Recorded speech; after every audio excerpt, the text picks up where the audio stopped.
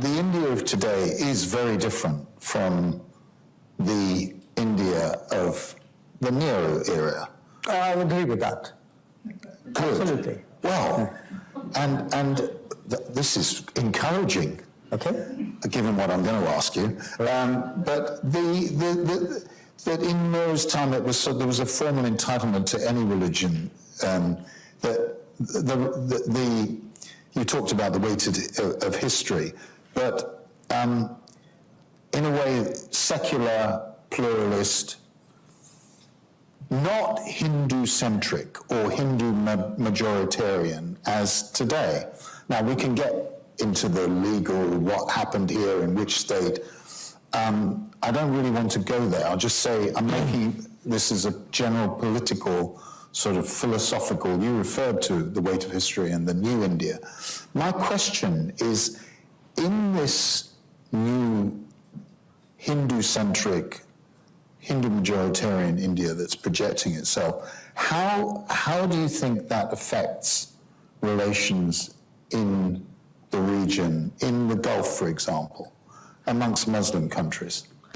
I tread lightly, I tread carefully here. Yeah, but since you cleverly slipped in the word Hindu majoritarian as a description, I didn't quite see the inverted commas there. Sorry. Right. So I'll come back to that. Let me start backwards, starting with your question and then going back to your assumptions. How are our relations with the Gulf, as an example, far better than they've ever been in our history. I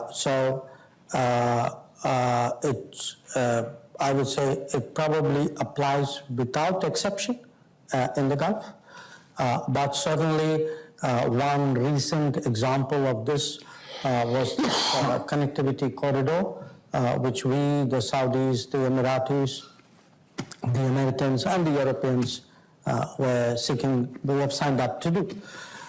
We concluded last year a free trade agreement with the UAE.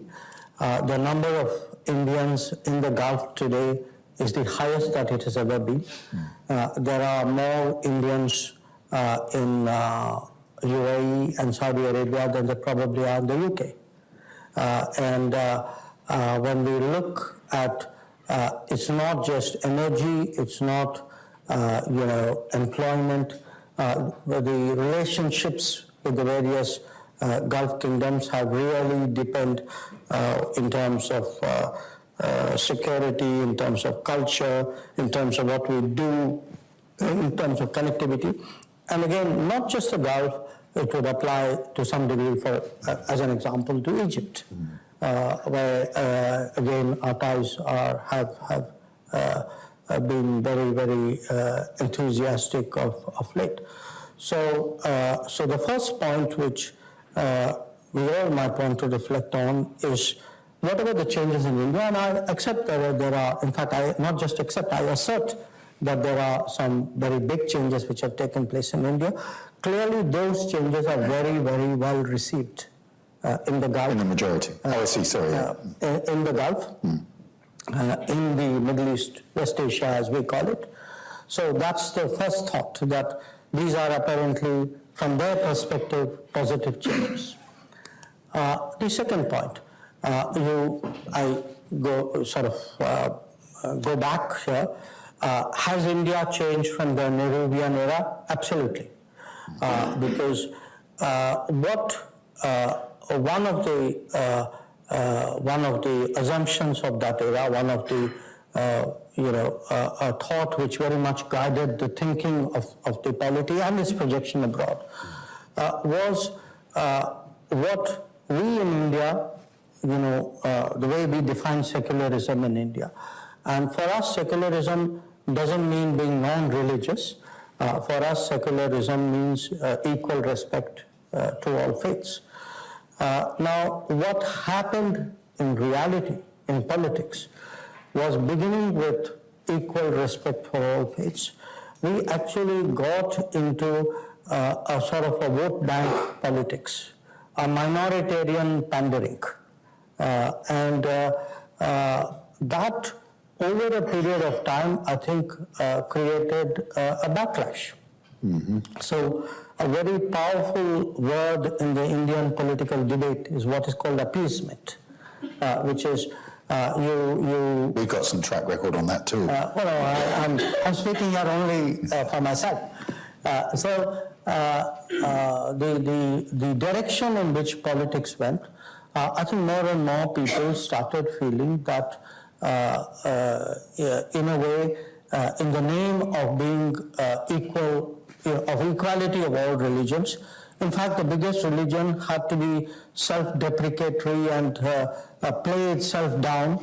I think, a big part, I think, of that community felt it was not being fair. The changes we have seen, the political changes and the social changes we have seen in the last years have been partly at a intellectual level a reaction, and a political level a reaction to all. So do you think tolerance has gone down? No, I don't think so. I think on the contrary, I think people today are less hypocritical about their beliefs, about their traditions, about their culture. I would say today, I think you used the word, what you said, Martin Wolf said, we are less liberal. I think, and more efficient. Yeah, well, that bit's I take as a given. But I would say we are more Indian. We are more authentic. We are not today either currying favor before a global audience or really trying to live up to some kind of left-wing liberal construct which a lot of Indians felt was not us. Yeah.